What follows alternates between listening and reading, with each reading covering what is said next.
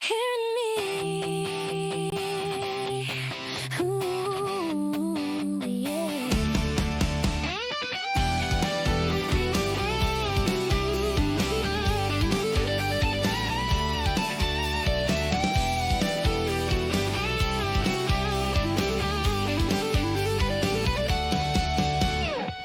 All my fears, all my worries, and my cares, I place it in your hands.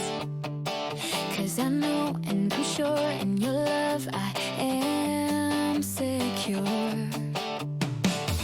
If God is for us, then who can be against us? Let's claim the victory. Stand out and you will see that He will carry out all things that He promised us. Even if we cannot see, trust His heart 'cause He's faithful to you and me.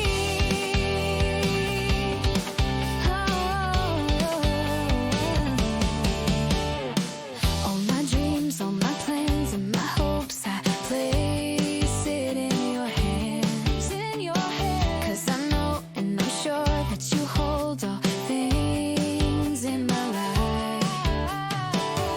If God is for us, then who can be against us? Let's claim the victory. Stand now and you will see He will carry us to the place that He has called us. Even if it's hard to see, He's making a way for you and me. If God is for us, then who can be against us? Let's claim the victory. Stand now and you will see that God is for us and He is not against us. He has won the victory for us and the world to see that He will carry out all things that He promised us.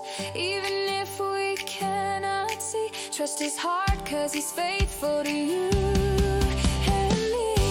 He will carry us to the place that He has called us. Even if it's hard to see, He's making a way for you and me. He will carry us to the place that He has called us.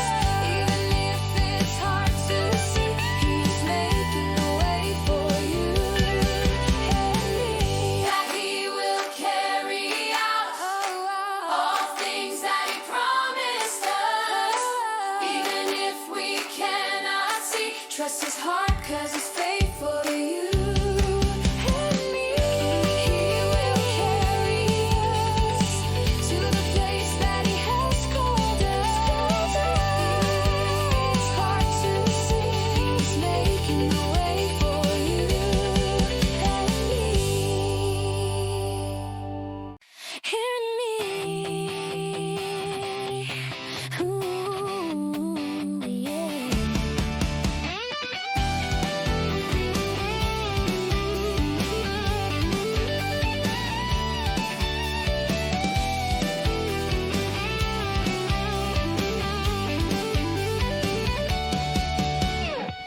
All my fears, all my worries, and my cares, I place it in your hands. 'Cause I know and I'm sure in your love I am secure. If God is for us, then who can be against us? Let's claim the victory. Stand now and you will see that He will carry out all things that He promised us. Even if we cannot see, trust His heart 'cause He's faithful to you and me.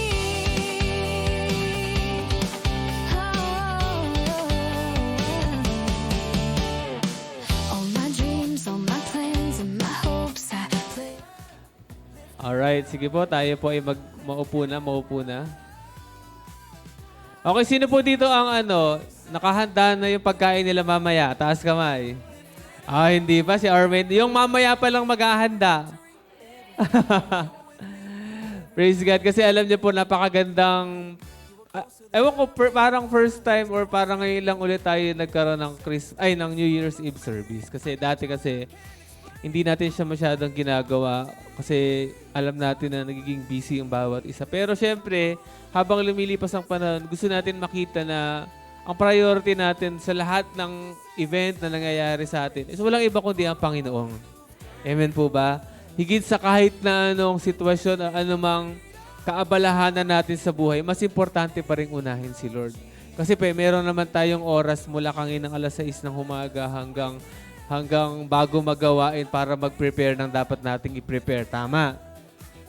So para kaya natin in-announce ng maaga kasi gusto natin na makapunta ang lahat. Amen po ba? So, i-chat nyo na yung mga kasama nyo, ba't ala kayo dito? Di ba? So, yun po, tayo po lahat ay, hindi ko napapatagalin kasi nauubos po yung oras natin, tayo po lahat ay tumayo na. Sino po dito yung handang magbigay ng kanyang pinaka-best na praising and worship sa Lord sa bilang last service po ng ating taon? Alam niyo po, marami nagsasabi, next year gagalingan ko ng mag-worship. Next year, totodo ko na next year, ibahin ko na yung worship ko, ibahin ko na yung praising ko next year. Bakit hindi pa ngayon, bago pumasok yung taon, yung bagong taon ngayon pa lang, ibahin na natin yung way natin ng worship. Amen po ba? Ibahin na, kung hindi ka masyadong tumotodo dati, todo mo na, sabi mo sa katabi mo, itodo mo na to. Sabi mo sa katabi mo, itotodo ko nga. Sa palakasan, sabi mo sa katabi mo, lakasan mo, itotodo ko na to. Kung dati hindi ka pumapalakpak pag praising, papalakpak mo na yung kamay mo. Sabi mo sa katabi mo, ipapalakpak ko na to. Kung dati hindi ka nagtataas ng kamay sa worship, sabi mo sa katabi mo, kapatid, taas natin yung mga kamay natin sa Panginoon. At kung dati mahihiyain kang mag-praising, ngayon hindi ka na mahihiya. Sabi mo sa katabi mo, hindi na ako mahihiya. Alam niyo po ba yung praising natin? Ang sabi doon sa lyrics, pakilagay nga po yung lyrics ng ating praising, yung everyday. Araw-araw kasiyahan. Sino po ba dito yung araw-araw ay kasiyahan niya si Lord? Araw-araw nagagalak sa Lord? Parang hindi naman. Sino po dito nagagalak sa Lord? Ano yung kasunod nun? Next po. Ayun lang, yun lang pala. Next po. Araw-araw samahan, araw-araw di iwan. Sino po ba hindi iniwan ni Lord buong 2025? Alam niyo anong tandaan nun? Nandito pa rin kayo ngayon. Hindi kayo iniwan ng Panginoon. Kaya po sa araw na ito, sa hapon na ito, ibigay na natin yung buong lakas natin sa Panginoon kasi ito naman yung last service natin for 2025. Kaya ibigay na po natin ang lahat-lahat sa Panginoon. Palakpakan nga po natin si Lord, yung palakpak na hindi mo pa nagagawa noong 2025. Yung palakpak na pinapupurihan mo si Lord sa lahat ng ginawa niya sa iyo sa buong 2025. Palakpakan po natin si Lord at tayo po ay magpuri.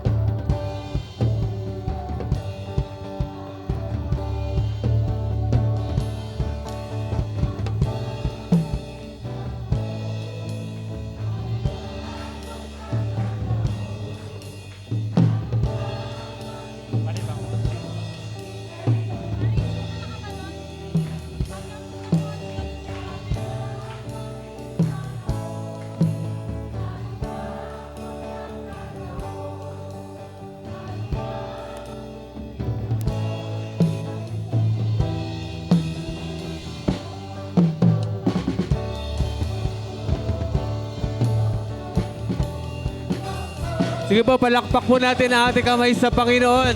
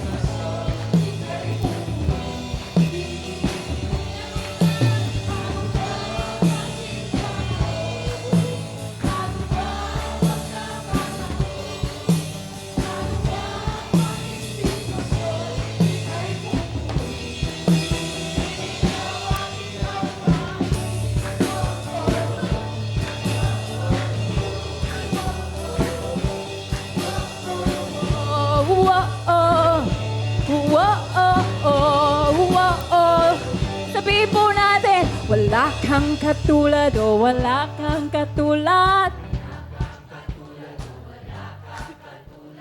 Wala kang katulad, oh, wala kang katulad. Hallelujah! Wala kang katulad, oh, wala kang katulad. Come on, church! Wala kang katulad, Sige oh, po, wala uwi na natin kang si Lord. Sabihin natin kay Lord, wala kang katulad. Woo! Hallelujah! Sige po. Wala kang Nag-praising tayo na hindi katulad, natin wala ginagawa kang natin. Katulad. Wala kang katulad, oh, wala kang katulad. Gusto ko lang po i-share yung kanina sabi sa lyrics, anumang sitwasyon, anumang panahon. Paki-flash nga po yung lyrics na yan. Anumang maging panahon, anumang pagkakataon, ano po sabi doon?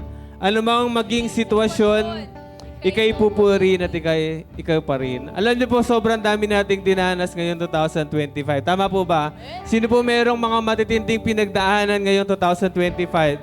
Pwedeng nawalan ka ng trabaho, pwedeng may nagkasakit sa family ninyo. So, marami tayong pinagdaan ng sitwasyon, pero alam niyo po, ang pinaka-best na gawin kapag dumadaan sa pagsubok is purihin natin si Lord. Amen po ba? Ano man daw pagkakataon, ano bang sitwasyon, deserve ni Lord na papurihan natin siya. Ano man yung sitwasyon, alam niyo po, yun yung best na pangwasak ng gawa ng kaaway. Yung pagpupuri sa Panginoon. Sige pa, awitin natin ano mang. Anong mang maging panahon, anong mang Awitin po natin ang buong puso sa Lord. anong mang maging sitwasyon, Ika'y pupurihin, Panginoon. Minsan pa. Anong mang maging panahon, anong mang pagkakataon, anong mang maging sitwasyon, ika'y pupurihin, ikaw at ikaw pa rin. Oh, oh. Oh, oh, oh, oh, oh. Oh, oh, oh, oh, oh. Oh, oh, oh, oh. Wala kang katulad, oh, wala kang katulad. Sige po, sigaw po natin sa Panginoon. Wala kang katulad, oh, wala kang katulad. Wala kang katulad, oh, wala kang katulad. Parang ang hina Wala ah. kang katulad, oh, wala kang katulad. Sa pa, mas malakas pa po, sabihin natin sa Panginoon. Wala kang katulad, oh, wala kang katulad. Wala kang katulad, oh, wala kang katulad. Minsan pa po, wala kang katulad. Katulad, oh, wala kang katulad. Sige po, sa huling pagkakataon, lakas po natin. Wala kang katulad. Anong mang maging panahon, anong mang pagkakataon, church,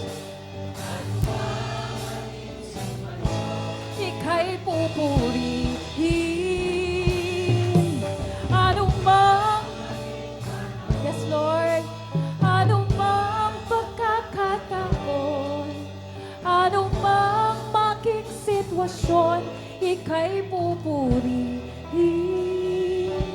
ika'y pupurihin, ika'y pupurihin, ikaw at ikaw pa rin. Papalakpakan po natin si Lord. Hallelujah! Hallelujah, Lord. Hallelujah, God. Hallelujah, Jesus, Lord. Hallelujah, God. Hallelujah. Patuloy, Lord, na kami ay aawit, oh God, sasamba sa iyong pangalan, oh Lord. Ikaw ay aming matibay na sandigan, oh Lord.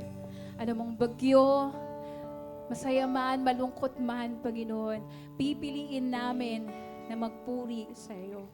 At sa pagpasok ng bagong taon, pipiliin pa rin naming purihin ka, Panginoon. Hallelujah. Let's all worship the Lord.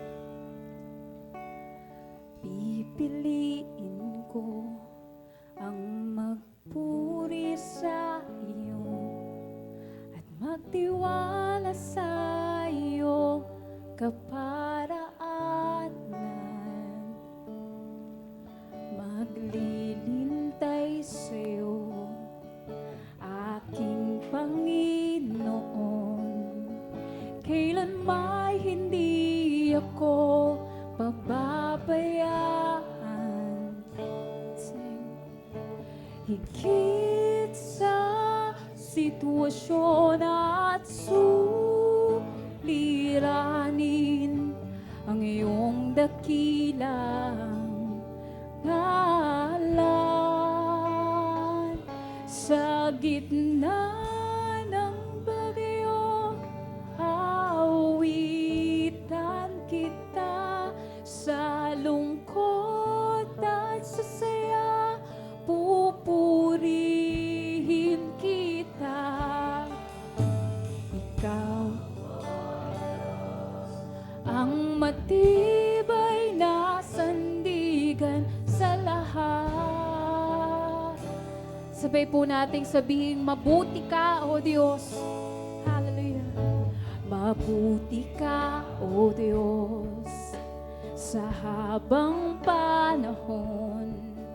Katapatan ay hanggang sa kalangitan. Ang biyaya mo ang siyang kailangan ko. Kailan may hindi ako iiwan. Higit sa sitwasyon at suliranin, ang iyong dakilang ngalan. Higit sa aming sitwasyon, higit sa sitwasyon at suliranin, ang iyong dakilang ngalan. Sige po, sa gitna ng bagyong aawitan kita. Sa lungkot at sa saya, pupurihin kita. Ikaw, O Diyos, ang dakibay na sandigan sa lahat.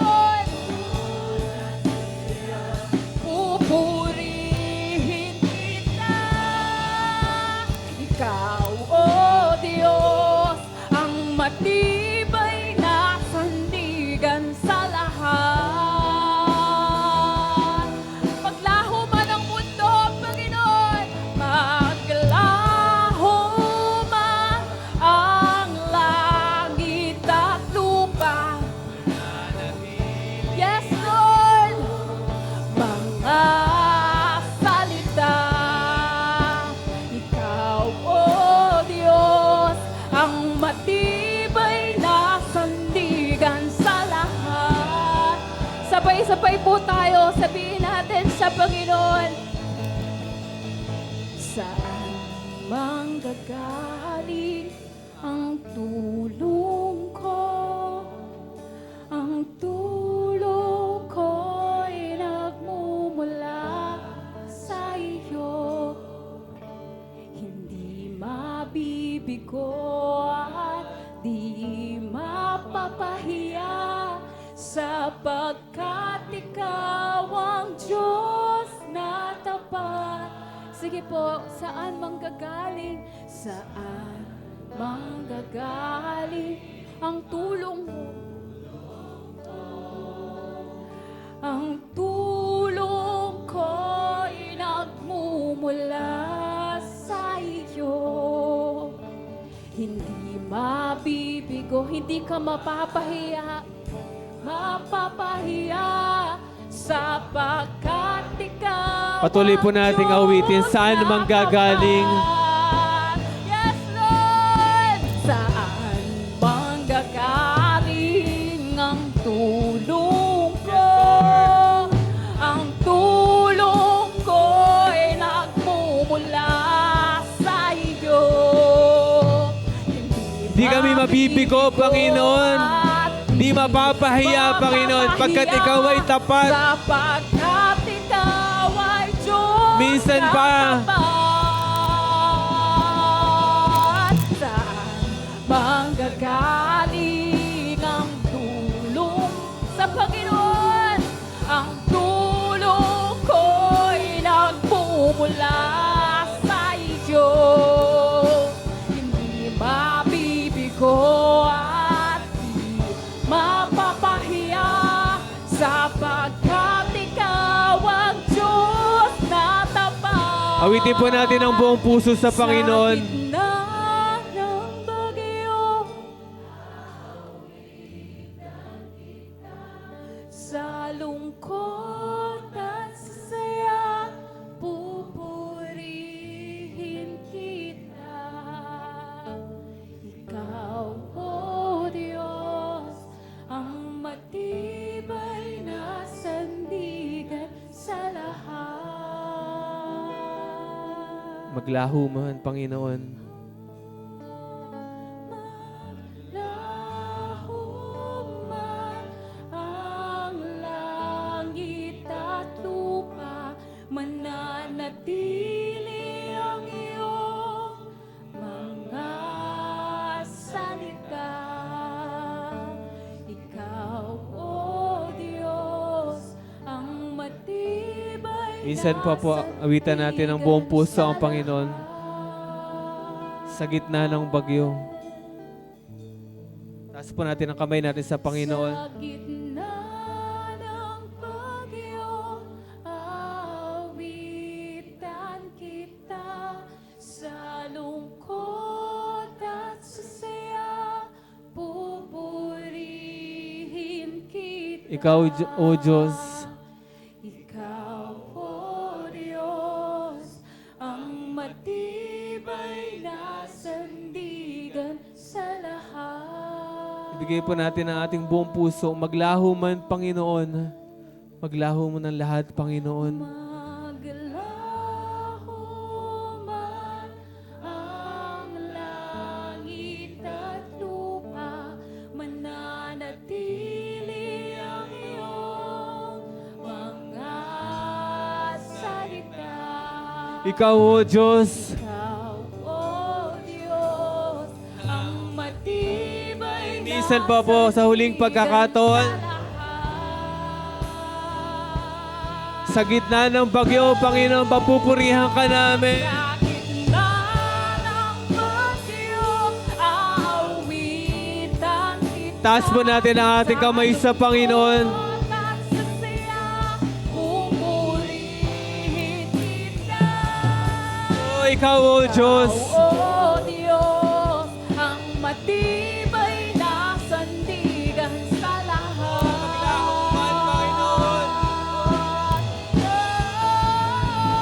Maglaho man ang langit at lupa, mananatili ang iyong mga salita. Ikaw, O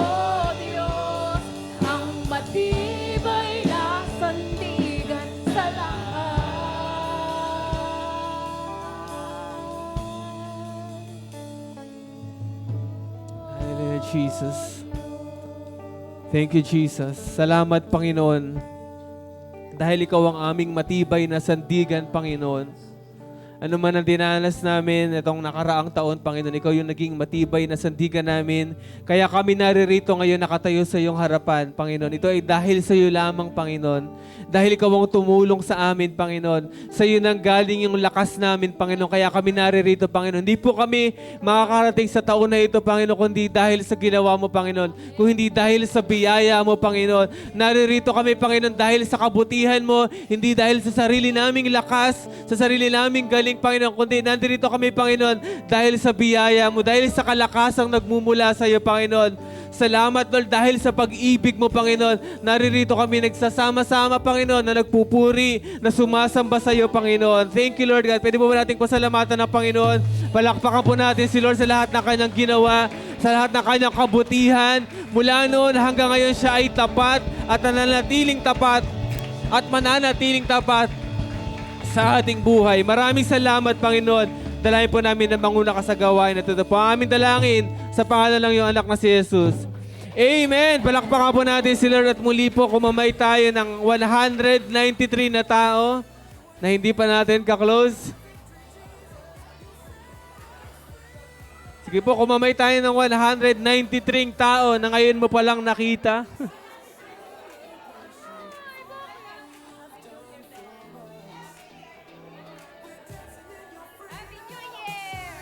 Amen. Praise God.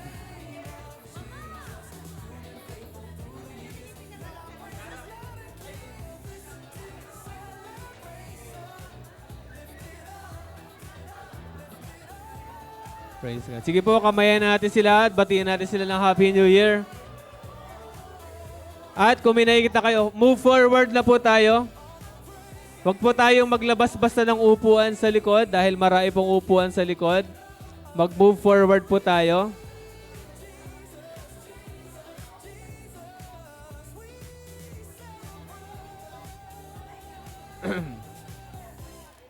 Sino po dito naka-attend ng Christmas party?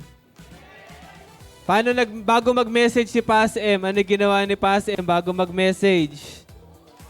Okay, hindi tayo magsisimula hanggat walang or hanggat merong bakanting upuan sa harapan. Sige po, hanggat may nakikita tayong bakanting upuan sa harap, hindi tayo mag-i-start. Meron pa. May mga bakante pa ako nakikita. Hanggat hindi po napupuno ang mga upuan sa harap, ay hindi po tayo mag-i-start. Meron pa dito, isa. May 3 pa dito. 2 na lang. Meron pang isa doon. Tatakbo na. Babiyahe na. O, meron pang 2 dito. May 2 pa po dito sa harap.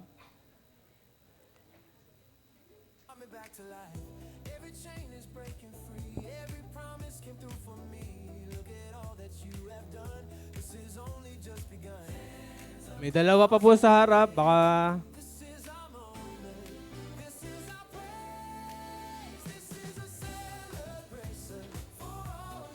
Oh, yan. Ayan, meron pa. Ayan na, nag-usad na sila. Meron pa. Ayan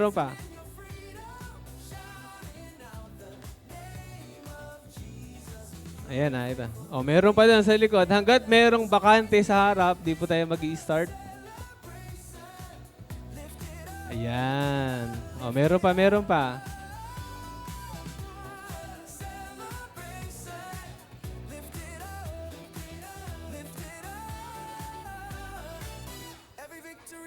Alright.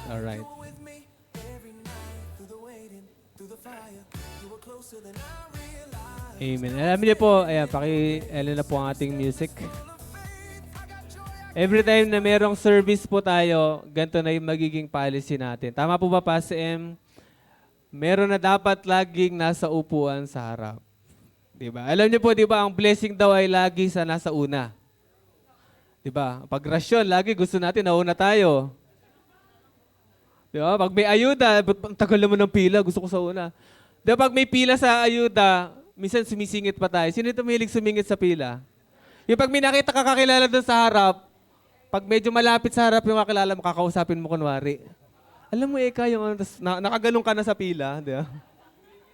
Nasingit na. Bakit pag sa ibang bagay gusto natin sa harap? Sa mga concert, magkano bayad sa mga harap? Mga VIP, napakamamahal lang. Bakit sila nagbabayad sa harap sa tingin nyo? Para mas kita nila yung kagwapuhan ng mga nagko-concert. Eh, gwapo din naman ako eh.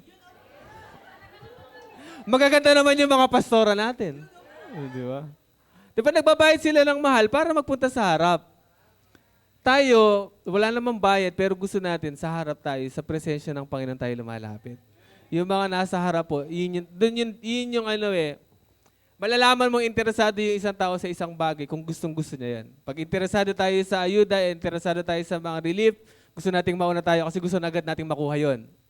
Pag gusto nating makuha yung salita ng Panginoon, gusto natin nasa harap tayo. Kapag anong meron sa harap, anong meron sa likod na wala sa harap? Tingin nga, kung malalaman nyo. Ha? Malapit sa tubig. Ano yun, JD? Distraction. Kapag sa likod kayo, katakot-takot na distraction ang maririnig nyo. Pansinin nyo yan, kapag mauupo kayo sa likod, mayroon kayo naririnig ng mga, mga batang gumaganyan. Kaini! Kain na! Diba, ganyan. Tapos bukod doon, maririnig na yung maingay na yung bata, mas maingay pa yung magulang nasasaway.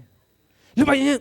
Mga ganun mga bata. Maraming distraction ang mangyayari sa likod. Pero pag nasa harap kayo, siyempre, hindi nakikita yung mga nasa likod masyado, nakapag-focus tayo. Sabi mo sa katabi mo, kapatid, next time, makikipag-unahan tayo sa harap. Okay, ang ating pong, sino pala bago natin ilabas yung ating title? Sino nakakaalala ng message ni Pastor M last year? Ha? Hindi nyo na maalala. Yung para sa 2025, ano yung title? Strong in? Oh, yun yung 20. Ngayon po, meron tayong bago.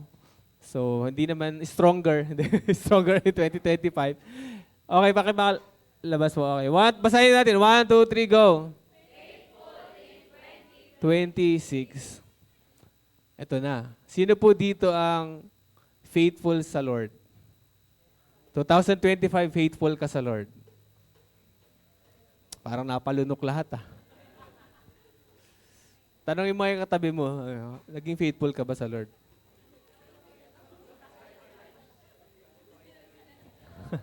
Or naging strong ka nga pero hindi ka naging faithful kay Lord?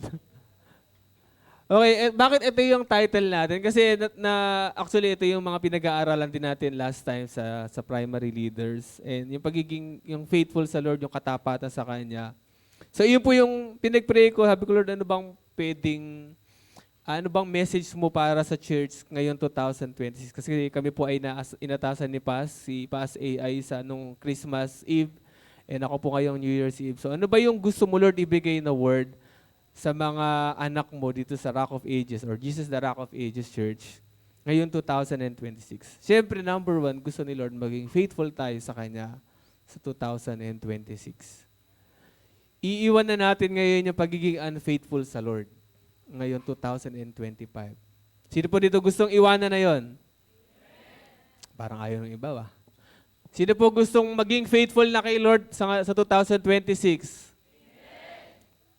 Nag-aalakan pa ba?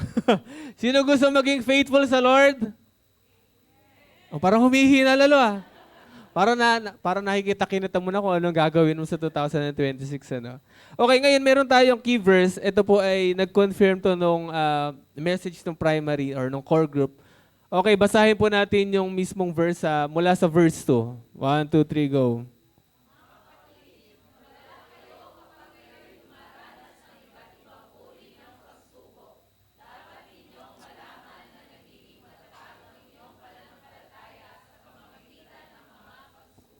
Amen.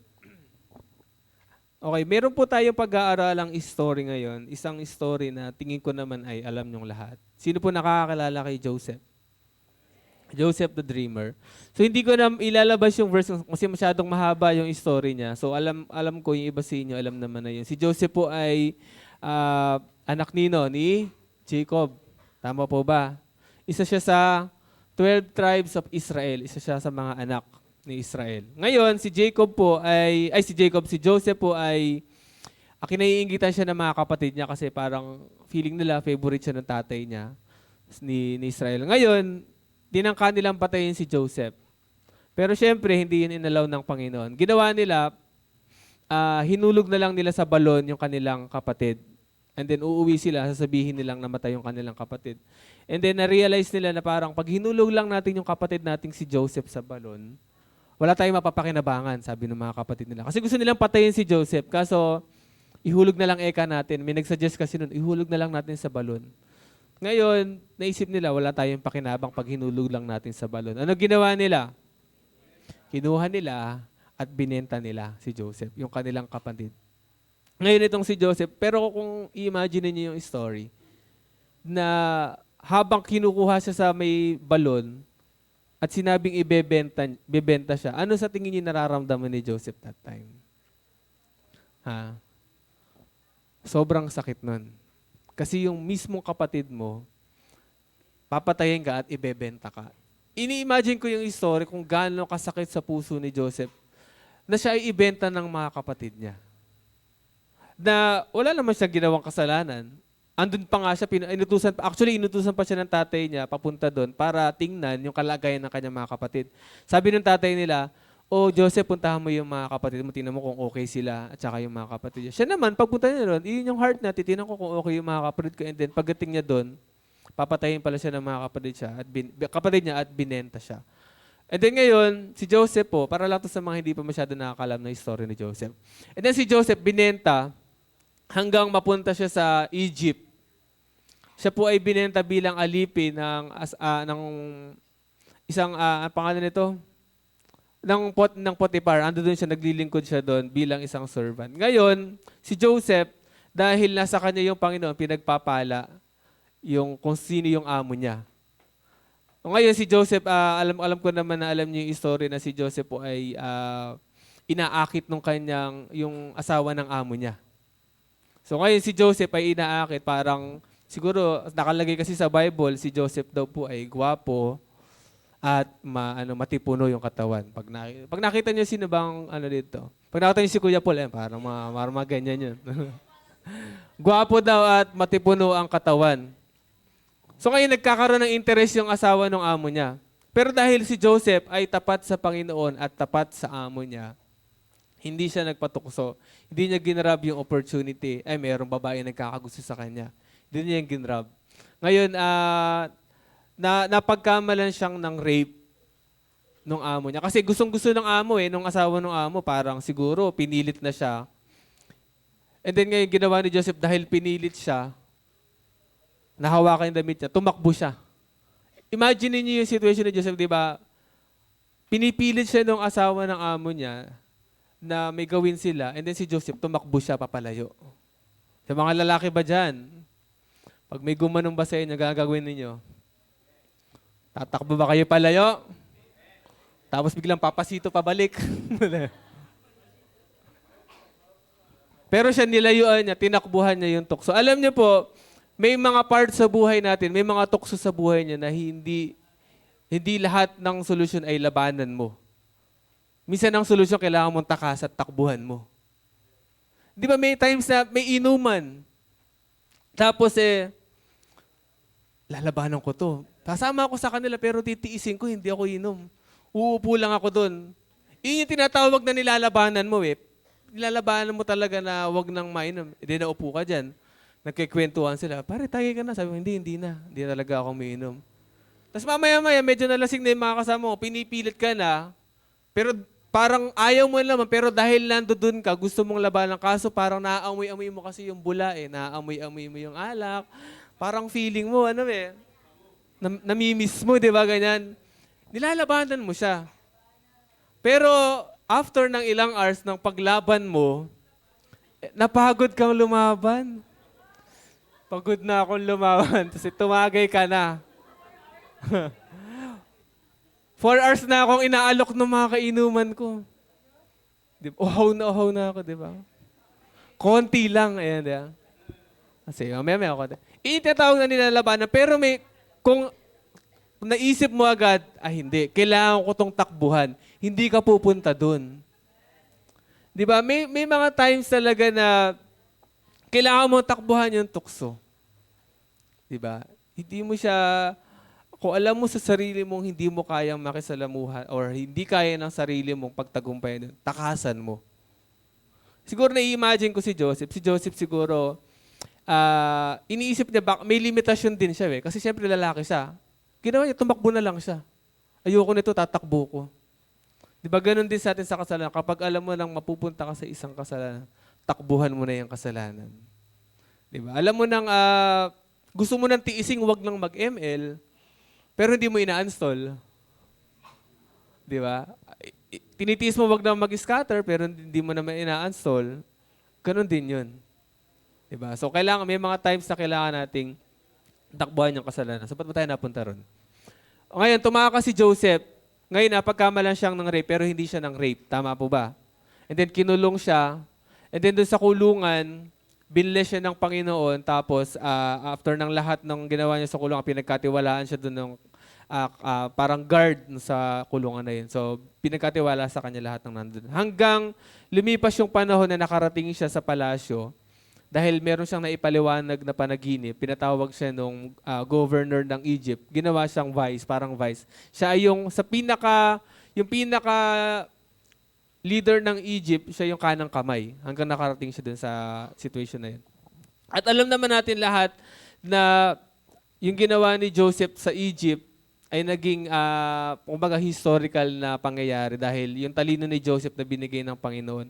Siya kasi yung nag-explain ng panaginip nung leader ng Egypt na magkakaroon ng 7 taon ng kasaganaan and then magkakaroon ng 7 taon ng kahirapan. So alam niyo naman yun. And then, dahil doon, nagkaroon ng maraming pagkain sa Egypt. Ngayon yung mga kapatid niya, nagutom kasi ala naman sila sa Egypt yung mga kapatid niya. Ngayon nagpunta yung mga kapatid niya sa Egypt para bumili ng pagkain and then nakita ni Joseph yung mga kapatid niya nagpunta doon bumibili ng pagkain. Hindi naman siya nakilala ng mga kapatid niya. So anong nangyari? Yung mga family ni Joseph ay nag-survive dahil napunta siya doon sa Egypt si Joseph. Nauna siyang nagpunta sa Egypt. Tapos yung mga kapatid niya, alam ng Lord, darating yung time, magugutom itong mga to. Kaya ginawa ng Panginoon, pinauna niya si Joseph doon. Medyo iba lang yung process kasi binenta siya, naging alipin siya, napagkamalan siya. Pero lahat ng yun, ng bagay na nangyari kay Joseph, ay pinaglakip-lakip ng Diyos para maging katiwala si Joseph sa Egypt, para maligtas yung kanyang lahi, yung kanilang family. And then ngayon, siya yung namamahala sa buong Egypt. Nagpunta yung mga kapatid niya doon, nakabili ng pagkain, nakasurvive sila lahat. Ini-imagine ko yung yung story nun kasi bumili yung mga kapatid niya doon, tapos nakita niya. Di ba parang ikaw bilang kapatid na binenta ka ng mga kapatid mo, ang unang gagawin mo, gagantihan mo sila. Kasi di ba binenta ka nila. So ngayon nakita niya yung kapatid niya, imbes na nagalit din siya sigurado, pero ando doon yung awa niya. Ang nasabi niya, lahat ng ito ay inalaw ng Panginoon para maligtas kayo.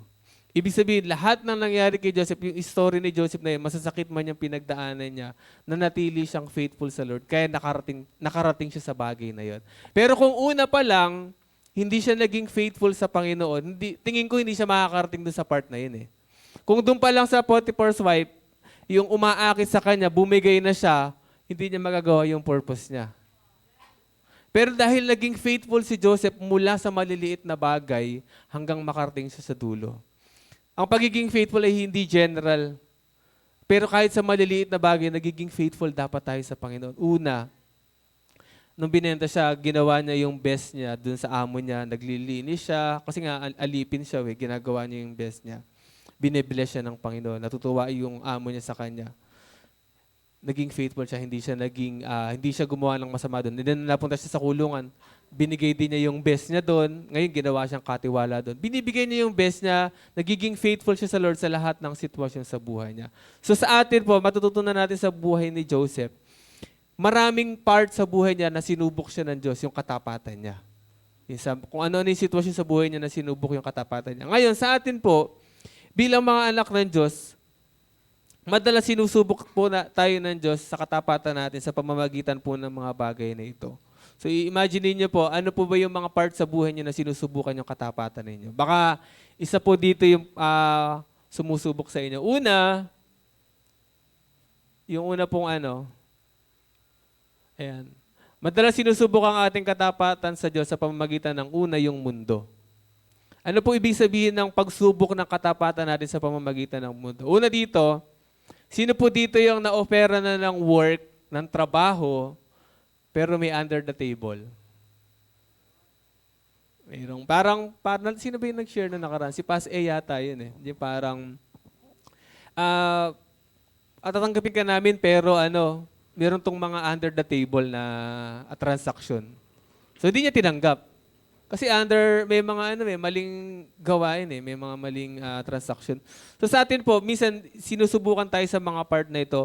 Magwo-work ka, bibigyan ka ng malaking sweldo, pero meron ka gagawing hindi maganda. 'Di ba? Minsan kailangan mo lang manahimik. Basta huwag kang magsasalita, malaki magiging sahod mo. 'Di ba? Isa to sa isa po ito sa mga sumusubok ng katapatan natin, parang bibigyan ka ng sahod na 100,000. Sino gusto ng sahod na 100,000 per month? Kaso may kapalit na maling transaction. Parang kailangan magbulag-bulagan ka. Kunyari si Armin, ang sahod mo magiging 100K. Pero lahat ng pirma namin, dadayain namin, pero huwag kang maingay. Di ba ganun? Yun yung tatawag na susubukin yung katapatan mo. Ano kaya sasabihin ni Armin? Lord, gawin mo na lang akong bulag. Di ba? Gawin mo po akong bingi sa kanilang mga usapan. Di ba? May mga times na susubukin ka talaga alam niyo po yung pera, isa yung pera talaga sa pinaka-susubok sa katapatan natin. Pagka ikaw ay, nung bata tayo, kapag bumili ka sa tindahan, tas sobra yung sukli ng tindahan, pagtingin mo yan, may isip-isip mo kung sino sa inyo ganyan, pag nakita mong sobra, nagdadalawang isip ka kung babalik ka ba doon o dediretso ka na uwi. Sigara. Sino yung nangyari sa inyo yung dati yung ganun? Yung dahil sobra yung sukli pero parang blessing ba to? Ayun, di ba? Lord, ito ba yung kasagutan sa instant blessing, di ba? Nalala ko si Krisham eh. Pagka naglalakad kami, sana po makapulot kami ng pera. Sabi ni Krisham, sana po makapulot kami ng wallet, yung walang ID. Yung hindi malalaman ko kanino mo ibabalik. Diba? Sinusubukan tayo sa ganong mga sitwasyon sa buhay natin. 'Di ba? May mga napapalabas nga sa Facebook, 'di ba, yung mga nagsusoli ng 200,000. Ano nasasabi natin doon? Sayang, 200,000 na yun, 'di ba? 200,000 pa. 200,000 na naging palakpak lang. 'Di ba? Na-awardan ka lang ng mabuting tao. So nagsusubok tayo sa mga ganong mga sitwasyon sa buhay natin. Even sa tithes, 'di ba? Ang laki ng tithes mo. Ay, ang laki ng sahod mo, tapos yung tithes mo ang laki. Naku, Lord.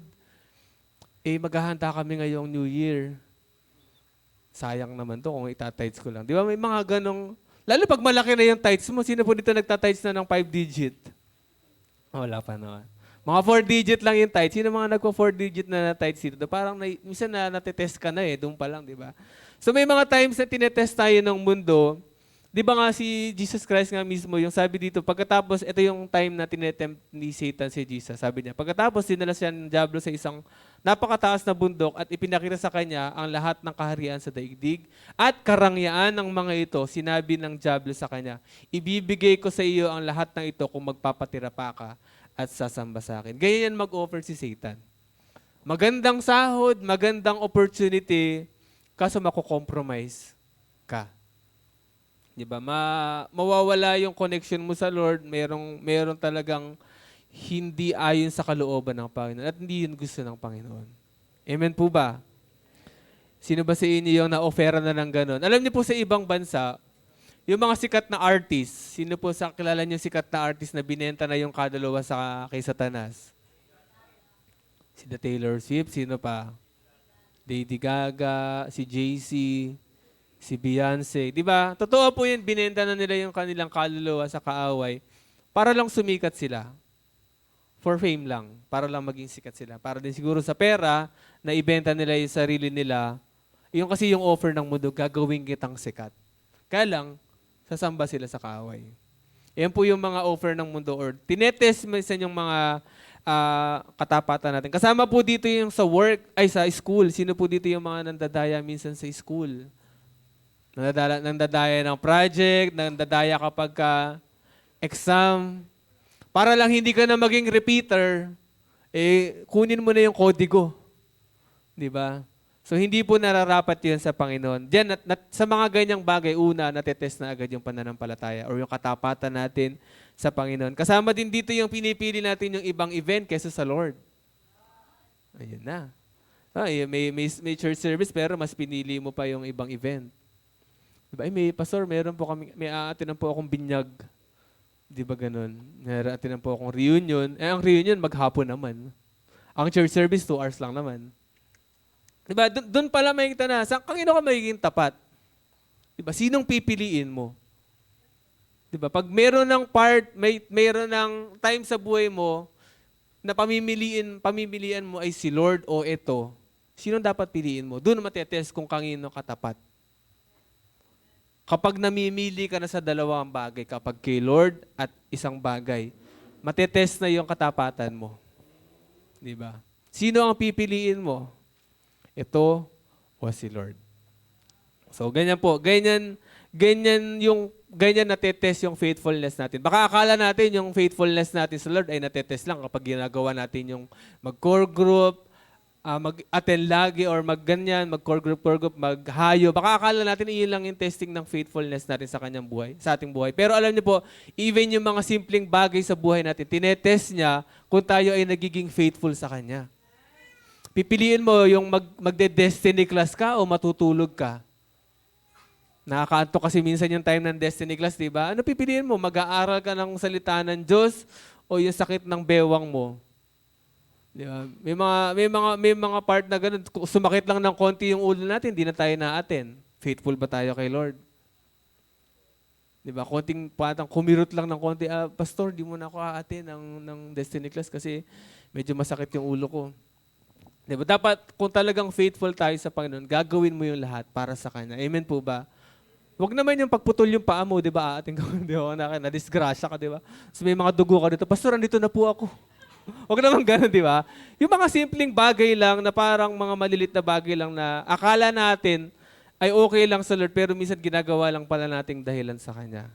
Nagiging unfaithful tayo. Next po ay syempre yung tukso. Ito nabanggit ko na ito kanina, yung mga tukso ng kaaway sa atin, kadalasan dito, yung mga kagustuhan mo. Yung mga gusto mong gawin sa buhay na hindi kalooban ng Panginoon. Ito yun. Dito na mas nasusubok yung ating katapatan sa Panginoon. Magiging tapat ka ba sa Panginoon kahit walang nakakakita? Diba? At talagang nakakakita naman ng lahat. Hindi ka man nakikita ng mga ka-churchmate mo, ng leader mo, ng pastor mo, pero ang nakakakita sa'yo, sa katapatan mo, ay walang iba kundi ang Panginoon. Diba? So kapag tayo ay may mga times na tinutukso tayo sa labas, lalo mamaya, New Year. Ano pong meron pag New Year? Inuman. May mga happy-happy na naman sa mga bahay-bahay. Baka mamaya matangay na naman tayo. Baguhin na natin yung buhay natin. Kakain lang walang mamaya. Kakain lang po at iinom ng juice. Di ba? Hindi, iwanan na natin yung mga, alam niyo po, bilang Kristiyano, sa inyo, mga Christian naman kayo lahat, di naman kayo unbeliever. Yung pag-inom, paninigarilyo, hindi na yung gawain ng Christian. Hindi na dapat yan. Kasi yan ay inalis na natin dati pa. Diba? Wag po nating anuhin. Alam niyo po, may mga tao kasi nakakausap tayo na, ayoko namang mangako sa Lord na hindi na ako maninigarilyo. Ayoko namang mangako sa Lord na hindi na ako inom. Parang ang nililison nila, hindi ko pwedeng sabihin niya kasi ayokong mabali yung pangako ko sa Panginoon. Bakit instead na sabihin mong ayaw mong mangako, sabihin mo na lang, Lord, pipilitin kong magbago. Tulungan mo ko. Kaysa sabihin mo, delikado kasi yung salitang, ayoko mag-promise na magbabago na ako. Ayoko mag-promise na hindi na ako inom. Ayoko mag-promise na hindi na ako maninigarilyo. Delikado yun. Kasi nakakampante ka na kinukondisyon mo na agad yung sarili mo na pwede mo ulit maulit yun. Ayoko mag-promise kasi ayoko mabigo si Lord Hayaan na lang. Hindi. Malaki ang chance na kapag ganun ang mindset natin, malaki yung chance na nagiging nanonormalize sa'yo na ganun yung gawin mo everyday. Nabigo ka na rin, na nakasigarilyo ka na naman, nakainom ka na naman, next time, magbabago na ako. Tatry ko ba? Pero umpisa pa lang, sabihin mo na sa Lord, Lord, tingin ko man hindi ko kaya, pero Lord, tulungan mo ko, gusto kong magbago. Itatry ko, Lord, pilitin na hindi ko na magawa yung mga bagay nito. Diba? Hindi ka nangangako sa Lord na, Lord, never ko nang gagawin to. Hindi ganon. Sabi mo, Lord, tulungan mo ako sa bagay na to, ayoko na tong gawin. Diba? Kaya yung mga nagagawa natin na mga against sa Lord, iwanan na natin yan ngayong 2025. Sabi mo sa katabi mo, iwanan na natin yan. Baka naman mamaya, bago magputukan, ubusin na natin lahat ng alak, di ba? May mga alak pa dyan, ubusin na natin yan kasi mag-2026 na. Baka naman sulitin yun, di ba? Huwag naman ganun, di ba? Ngayon pa lang, paglabas niyo pa lang ng church, out na talaga yung mga bagay na yun. Amen po ba? At isa pang sumusubok sa ating katapatan, ito isang very common sa ating lahat, ay yung sitwasyon. Sabi dito sa Santiago 1, verse 2 to 4. Mga kapatid, ano sabi dito? Magalak kayo kapag kayo'y dumaranas ng iba't ibang uri ng pagsubok. Dapat ninyong malaman na nagiging matatag ang inyong pananampalataya sa pamamagitan ng pagsubok. Pakibalik po. Sabi dito, magalak daw. Merong bang nagagalak dito kapag may pagsubok? Lord, ba't kami magagalak? Parang ganito yung na-experience namin, Lord. Pero bakit sinabi sa Bible na dapat tayong magalak kapag meron tayong pagsubok? At sabi doon, dumaranas ng iba't ibang uri, iba-ibang klase pa. Diba? Meron kang pagsubok sa sarili mo, mayroong pagsubok sa pamilya mo, may pagsubok sa trabaho mo, may pagsubok sa school, mayroong pang, ano bang pagsubok? Di ba? Ang daming struggle, iba't ibang uri ng pagsubok. Dapat ninyong malaman na nagiging matatag ang inyong pananampalataya sa pamamagitan ng pagsubok. Ito po, nung nakaraang core message, ang pagsubok daw, kapag dumating sa atin, di ba? Sabi sa Bible, wala naman daw pagsubok na hindi natin kayang lampasan. Pero alam niyo po, may mga pagsubok na tayo mismo yung sumusuko. Totoo naman na kaya natin yung lampasan, pero tayo mismo yung sumusuko. Tayo mismo yung hindi nagtatagumpay. Hindi porke tinetest ka ni Lord ngayon, automatic tagumpay ka na. Kapag may pagsubok, malalaman mo pag tagumpay ka pag may pagsubok. Depende yon sa tugon mo sa pagsubok na yon. Kapag tinest ka na ni Lord, sa isang matinding pagsubok, malalaman kung talagang tagumpay ka. Depende kung ano yung magiging decision mo or tugon mo kapag dumadaan ka na sa pagsubok na yan. Naalala ko yung family nila JD dahil nandito sila JD tsaka sila Tatay Toto. Bago-bago pa lang si JD ay nag-i-start yung... Actually si JD ang una, tama ba? Ikaw ang unang-una sa family nila. And then yung nagkasakit yung mother niya and then ang kanyang mother ay nasa langit na. Pero alam niyo po, after nun, nadala niya lahat ng kapatid niya. Di para ang magiging tugon mo sa Lord, Lord, bakit nakilala kita? Bakit nung naging seryoso ako sa'yo, bakit gano'n nangyari sa family ko? Ala na ako sa'yo, Lord. Magbaback out na ako. Pero hindi gano'n ang naging tugon ng family ni JD. Dahil si JD ay nanindigan sa Panginoon at nanatili sa Panginoon. Ngayon silang buong family magkakasama. Palakpakan naman natin si Lord. Imagine niyo kung walang nanindigan, kung ang nagiging mindset natin lagi ay, bakit mo ako pinahihirapan, Lord? Bakit ganito? Aalis na lang ako. Walang mangyayari. Siguro kung si Joseph ganon, Lord, bakit ganito yung nangyayari sa akin? Alam naman akong ginawa. Si Joseph, alam naman siyang ginawa. Hindi naman niya ni-rape yung asawa ng Potiphar. Pero nakulong siya. Wala siyang ginawang masama. Tayo, nakagawa tayo ng masama. Diba? Tayo, nagiging makasalanan tayo. Kaya minsan siguro yung mga pagsubok sa buhay natin, hindi test ni Lord eh. Baka minsan yung mga pagsubok sa buhay natin, parusa ni Lord eh. Diba? Baka masyado tayong mareklamo sa Panginoon, Lord, bakit mo ginaalaw to? Pero kung i-assess mo yung buhay mo, ay Lord, makasalanan nga pala ako. Alam niyo, sobrang banal ng Diyos na hindi niya kayang tingnan yung kasalanan natin. Kaya parang sa tingin ko, kahit konting kasalanan natin, di ba, pwedeng naging legal ground ng kaaway sa buhay natin yon. Tama ba? Na mayroong mangyaring hindi maganda sa buhay natin. Di ba? Pero mabuti pa rin ng Diyos. Kaya niya tayong patawarin. at yung mga nangyaring gusot sa buhay natin, kaya niya yung paglakip-lakipin. Yung mga sitwasyon sa buhay natin, may mga mahihirap na sitwasyon sa atin kapag nawawalan ka na ng pera. Minsan, pag nawalan na ng pera, wala nang gana sa Lord. Tama ba? Nakakalimutan ng mag-devotion, nakakalimutan ng magsimba. Di ba dapat kapag walang-wala tayo, mas lalo tayo lumalapit dapat sa Lord. Kapag walang-wala ka na, kapag puno ka na ng sakit, pag puno ka na ng mga pighati sa puso mo, dun ka dapat nagiging mas malapit sa Lord. Kasi kapag lumayo tayo sa Panginoon, wala na wala ka nang pagkukuhanan ng lakas. Lalo ka nang malalayo, lalo nang mawawala ng solusyon yung problem natin. Pero kapag tayo ay kahit mahirap na sitwasyon sa buhay natin, naging faithful pa din tayo sa Panginoon. I believe, wala pong nagtiwala sa Panginoon na napahiya. Kaya natawa ako sa bridge ng kanta kanina Ano yun? Hindi daw mapapahiya yung nagtitiwala sa Kanya. Di ba? Alam niyo po, si Joseph, yung buhay niya, nagtiwala siya sa Diyos. Naging faithful pa din siya sa Diyos. Sa kabila ng lahat ng nangyari sa kanya, mahabang process yung nangyari sa kanya, pero merong dulo na maganda. Kasi pinagtatagumpayan niya, bawat stage ng buhay niya, bawat stage ng situation ng buhay niya, nagiging faithful siya. Kaya nang nakarating siya sa dulo, ang ganda ng naging resulta. Biruin niya siya yung pinamahala sa buong Egypt. Ang pagiging faithful sa Panginoon, bawat stage ng buhay natin, every situation ng buhay natin, bawat dumarating sa atin, tinetest tayo ng Panginoon kung magiging faithful ka sa Kanya.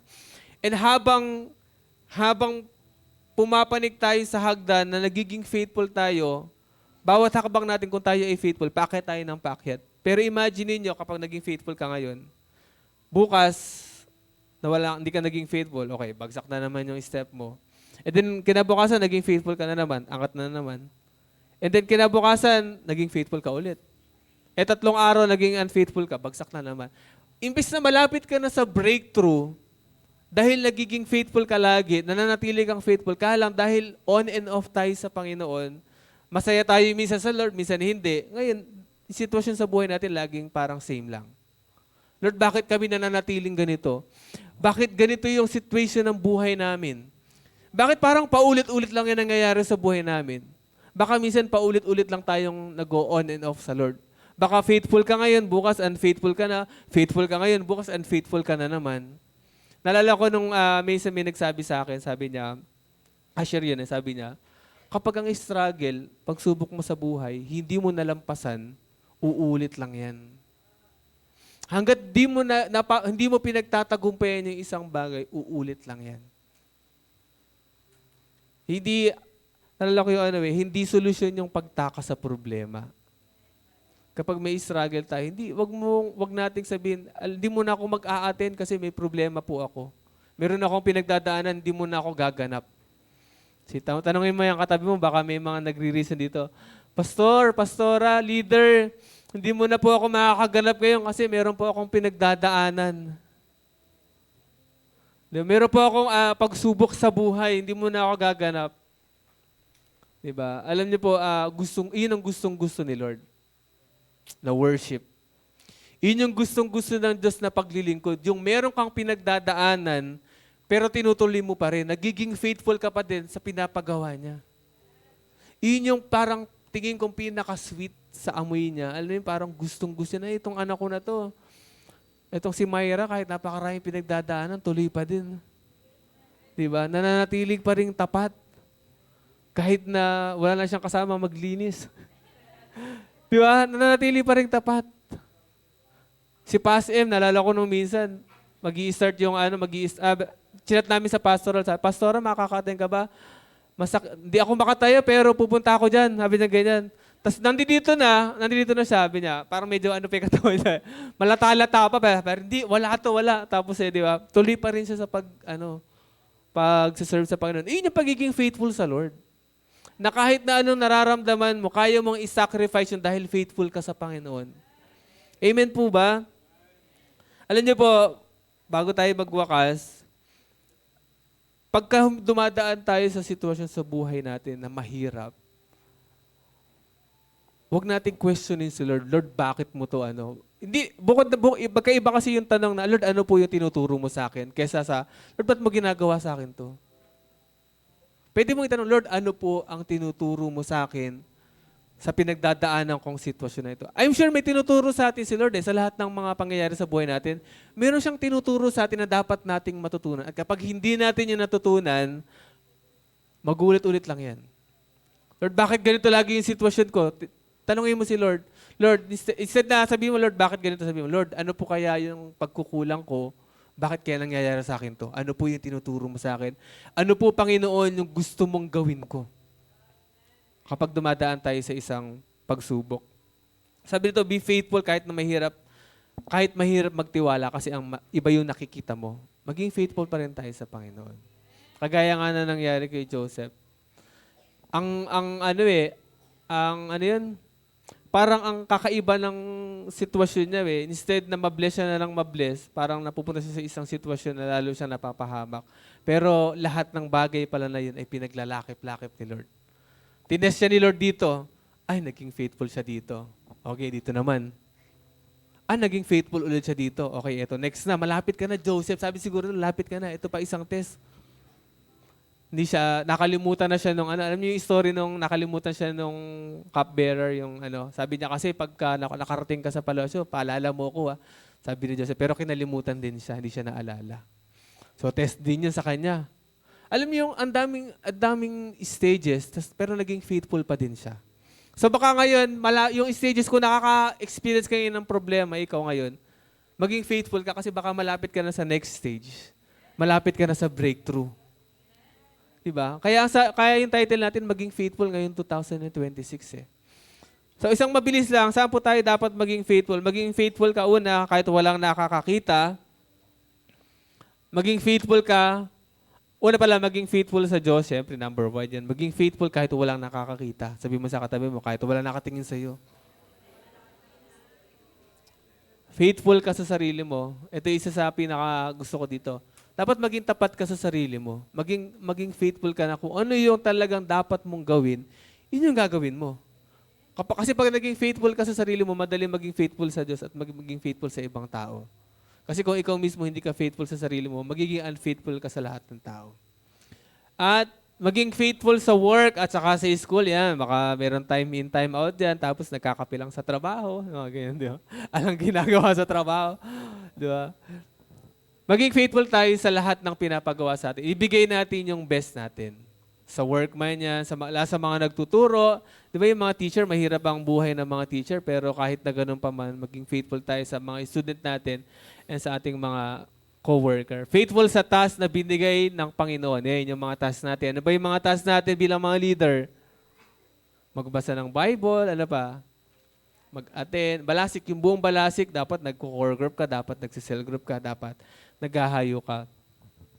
Faithful sa task, faithful sa kahit na anong sitwasyon na pinagdadaanan natin. So, yun po yung mga dapat na maging faithful tayo. At bakit ba tayo dapat maging faithful?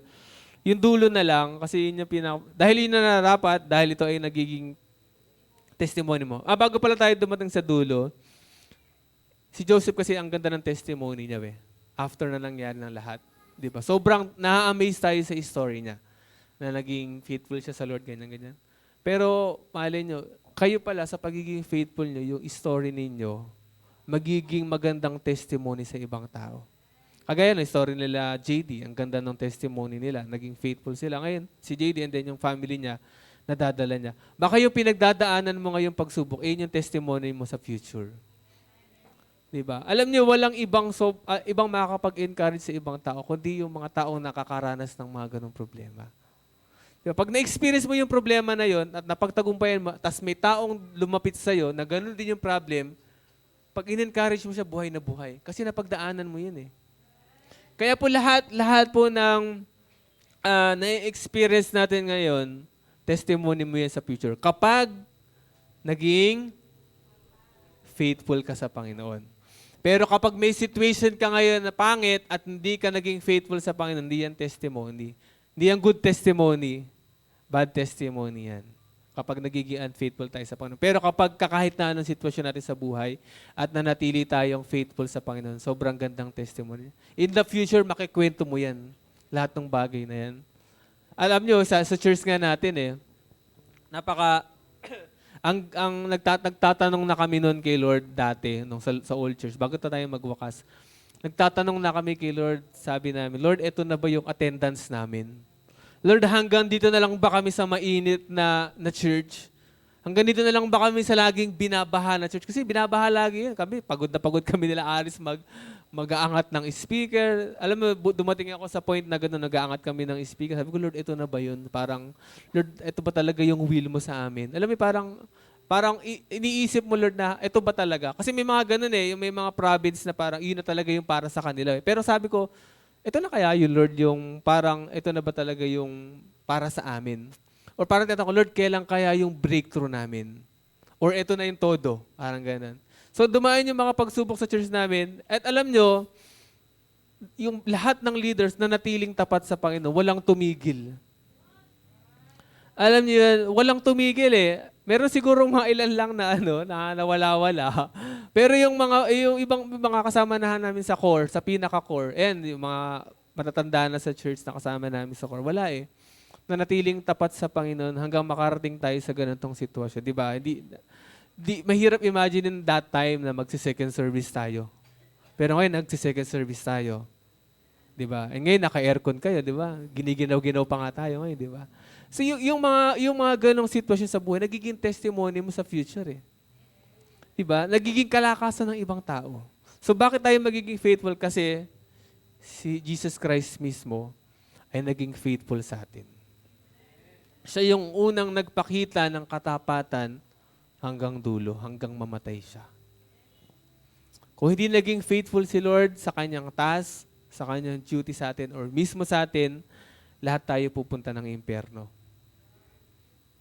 Paano kung sinabi ni Lord, ni Jesus Christ, habang binubuhat niya yung krus, pagod na ako, hindi ko na to kaya. Mabigat yun yung krus. At bukod doon, hindi naman siya nagpapasan lang na malakas yung katawan niya. After siyang pahirapan, after siyang latiguhin, doon pa niya binuhat yung krus. Kung napagod si Jesus, ayoko na, ang hirap naman ng sitwasyon na to. Walang ginawang kasalanan si Jesus. Di ba? Siguro kung merong isang tao na may karapatang magsabing, bakit ako dumadanas ng ito? Wala naman akong ginawang masama. Si Jesus yun. Pero tayo hindi natin pwede sabihin, Lord, bakit kami dumadanas ng ito? Wala naman kami ginawang masama. Makasalanan nga tayo. Pero mismong si Jesus, na walang kasalanan, pinahirapan at pinatay, ay naging faithful sa hanggang dulo para maligtas tayong lahat. Bakit hindi ka magiging faithful sa Panginoon? Napaka-faithful ng Diyos natin. Kahit na marami ka naging kasalanan, buhay ka pa rin ngayon. Kahit na marami ka naging kasalanan, napapakinggan mo pa rin yung Word of God, humihinga ka pa din. Yung katotohanan na nandito ka, tapat si Lord sa'yo eh. Kasi binibigyan ka niya ng chance eh. Anak, etong chance na to, binibigay ko to ngayon sa'yo. Magkaroon ka ng bagong buhay. Ibigay mo yung buhay mo sa akin. Di ba, merong laging binibigay si Lord na chance sa atin. Mula nun, sobrang faithful niya sa atin. Hindi naman niya tayo pinabayaan eh. Kung pinabayaan tayo ng Lord mula nun, wala tayo ngayon. Baka nasa lansangan na kayo. Si Michelle, namamalimos na lang siguro. Hindi na siya nag-aral, di ba? Namamalimos na lang siguro si Michelle. Kuya Joey, nagbabakalbote na lang siguro si Kuya Joey sa labas. Buti, umaga na lang si Kuya Joey, di ba? Kung pinabayaan tayo ni Lord dati, kung hindi siya naging faithful, wala tayo lahat ngayon. Kung hindi naging faithful si Lord sa kanyang task na namatay siya sa krus ng Kalbaryo, wala tayo ngayon. Kaya wala tayong ibang dapat ipagpasalamat or salamat sa Lord kasi binigyan niya tayo lahat ng blessing ngayong buong taon. Pero yung pinaka pinagpapasalamat natin dapat sa Panginoon yung binigay niya yung buhay niya at naging faithful siya sa atin. Deserve po ba ni Lord na maging faithful tayo sa Kanya? Pwede ba tayong tumayo lahat?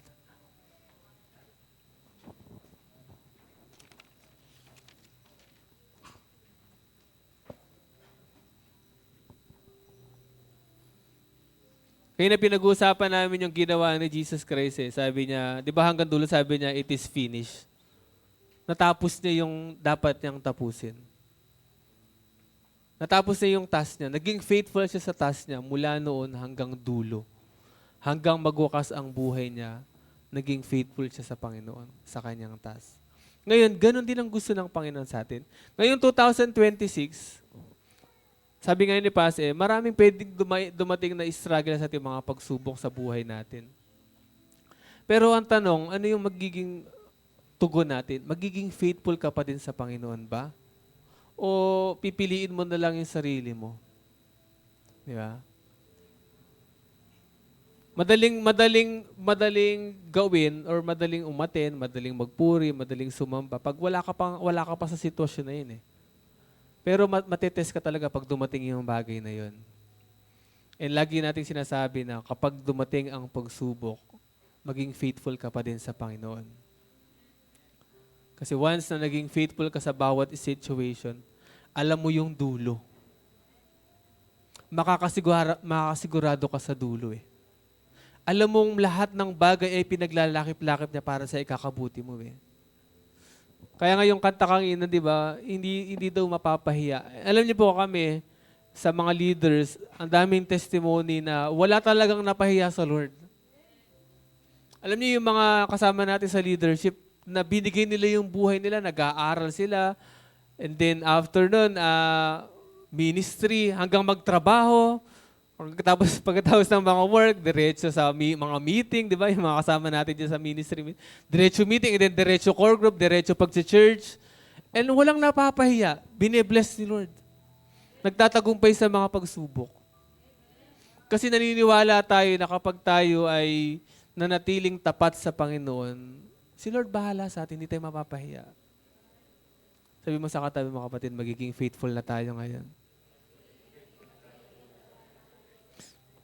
Baka sabihin natin, Lord, ayoko pong mag-promise, ha? Sabihin mo sa Lord, Lord, susubukan ko pong maging faithful ngayon. Tatry ko po, pipilitin ko pong maging faithful ngayon 2026. So, ilang oras na lang, 5:20 na. So, ilang oras na lang, papasok na yung bagong taon sa atin. Bago pa lang pumasok yung 2026, maging faithful ka na. Tandaan niyo po, ito yung isa sa natutunan lagi nating nakikita sa Panginoon. Kapag lumayo ka sa Panginoon at pinili mo maging unfaithful, ikaw na lang mag-isa yun. Although, hindi ka naman talaga iniiwan ni Lord, pero mag-isa mong ginagawa ang lahat. Mag-isa mong tinataguyod ang lahat. Yung mga problema mo, mag-isa mo lang pinagtatagumpayan yun. Pero kapag nasa Panginoon ka, meron pa ring problema, pero kasama mo si Lord. At alam mong magtatagumpay ka. Kaya kung marami po tayong failure sa Lord nitong mga 2025, kung meron tayong mga doubt, kung meron tayong mga pag-question sa Panginoon, it's time na humingi po tayo ng tawad. Kung naging unfaithful tayo sa Kanya, humingi po tayo ng tawad sa Kanya. Sige po lahat tayo manalangin. At hingi po natin ng tawad sa Panginoon, lahat ng pagiging unfaithful natin sa Kanya.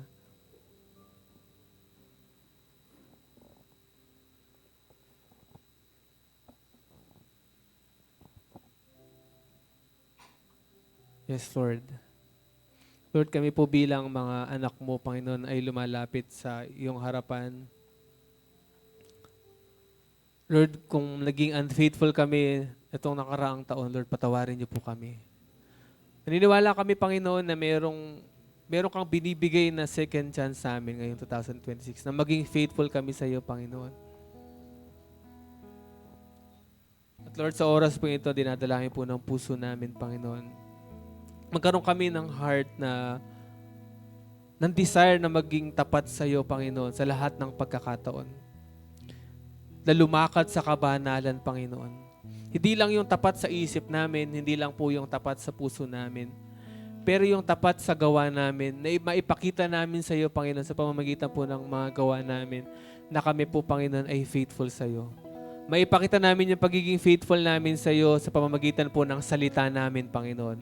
Na ang bawat salita na lalabas sa aming bibig ay makakapagbigay ng glory sa iyo, Panginoon. Lord, alam naming mahirap, pero alam namin tutulungan mo kami, Panginoon.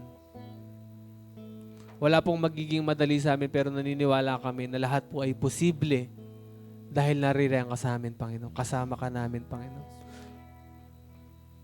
Lord, sa kabila po ng mga ng pagiging unfaithful, Panginoon, ng mundo na ito, Panginoon. Tulungan niyo kami na manatiling tapat sa iyo, Panginoon.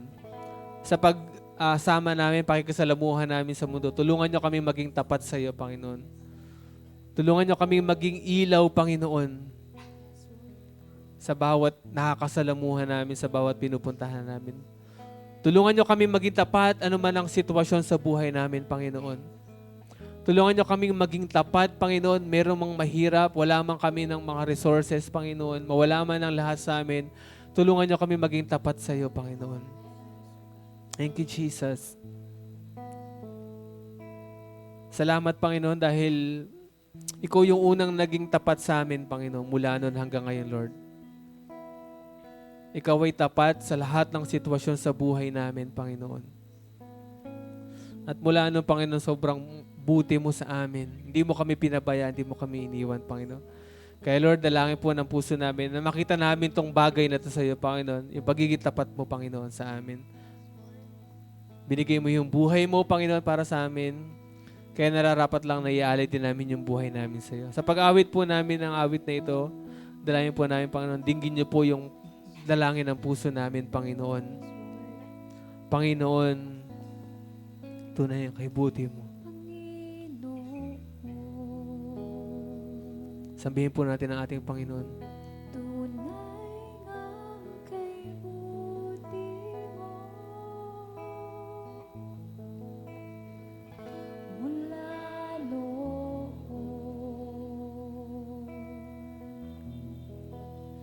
hanggang ngayon. Pag-ibig mo, Panginoon.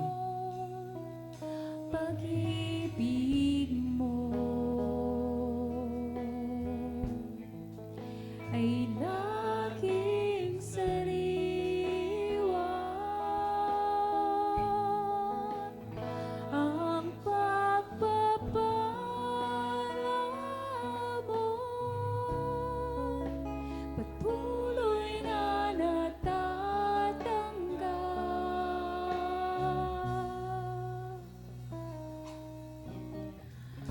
Tanging ikaw lamang ang aking sandigan.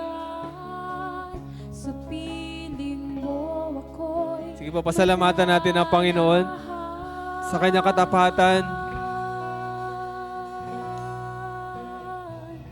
Taos pusong pasasalamat. Ang aking alay sa'yo.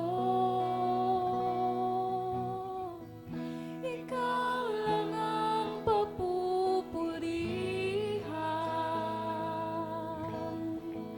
at tanging paglilingkuran. Tunay kang matapat.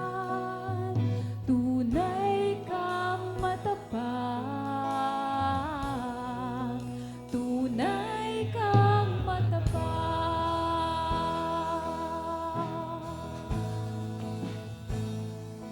Tuloy po natin sambahin ang Panginoon at pasalamatan siya sa kabutihan niya.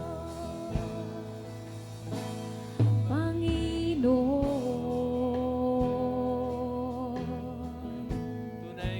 tunay ngang kaibuti mo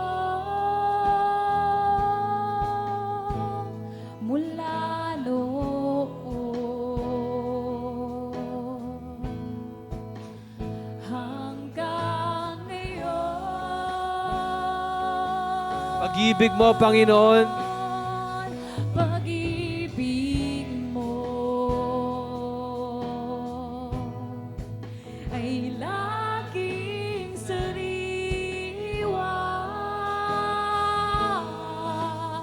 Ang pagpapala mo'y patuloy na natatanggap. Tanging ikaw lamang, Panginoon. Tanging ikaw lamang ang aking sandigan. Sa piling mo Taas po natin ang ating kamay sa Panginoon at pasalamatan po natin siya ng buong puso. Hallelujah, Jesus.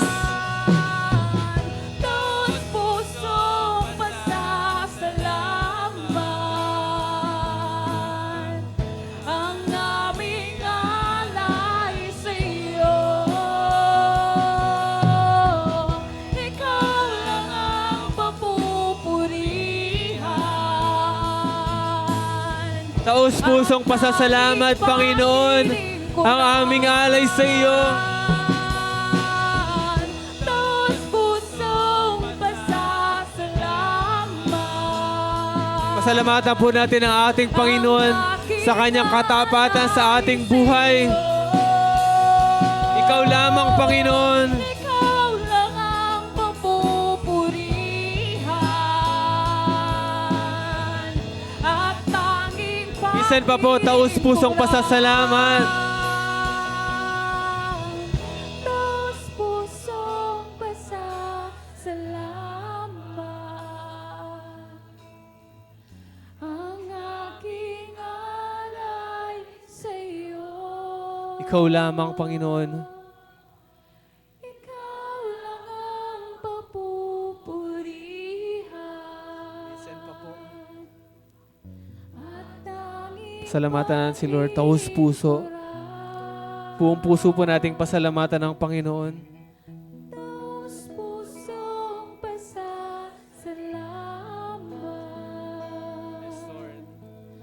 Ang aming alay sa iyo. Ikaw lang ang papupurihan at tanging paglilingkuran. Tunay kang matapat. Tunay kang matapat. Tunay kang matapat.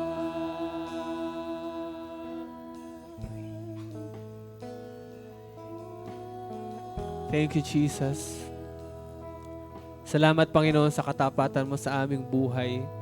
Salamat dahil naging strong kami ngayong 2025, Panginoon. Marami pong pagsubok pero pinatatag mo kami, Panginoon. Nandito pa din kami, Panginoon, sa harapan mo. Kung hindi dahil sa iyo, pang nandito kami, Lord. At ngayong 2026, Panginoon, tulungan niyo kaming maging faithful, maging matatag pa din, at maging faithful sa iyo, Panginoon, sa lahat ng sitwasyon sa aming buhay. Salamat, Panginoon, dahil alam namin nakasama ka namin ngayong 2026, Panginoon. Kasama ka naming lalaban, Panginoon, sa mga pagsubok. Kasama ka namin sa lahat ng oras, sa mga mahihirap, sa mga masasaya, sa mga malulungkot. Kasama ka namin, Panginoon. Thank you, Lord God. Marami mang mangyari ngayong 2026, pero naniniwala kami na nanatili kang tapat sa aming buhay, Panginoon. Alam namin na yung mga situation sa buhay namin, Panginoon, na mga stages lang, Panginoon, para sa breakthrough ng bawat isa, Panginoon. Salamat, Panginoon. Dalangin namin na ikaw ang matataas ngayong 2026 sa buhay namin, Panginoon. Magkakaroon ng maraming testimony, Panginoon, sa 2026 kung paano mo sila iningatan, Panginoon, kung paano mo sila ginabayan, Panginoon, kung paano mo sila pinatatag, Panginoon, ng pagiging faithful nila sa iyo, Panginoon. Salamat, Panginoon. Dito po ang aming dalangin sa pangalan ng iyong anak na si Jesus. Amen and amen. Palakpakan po natin si Lord. Praise God.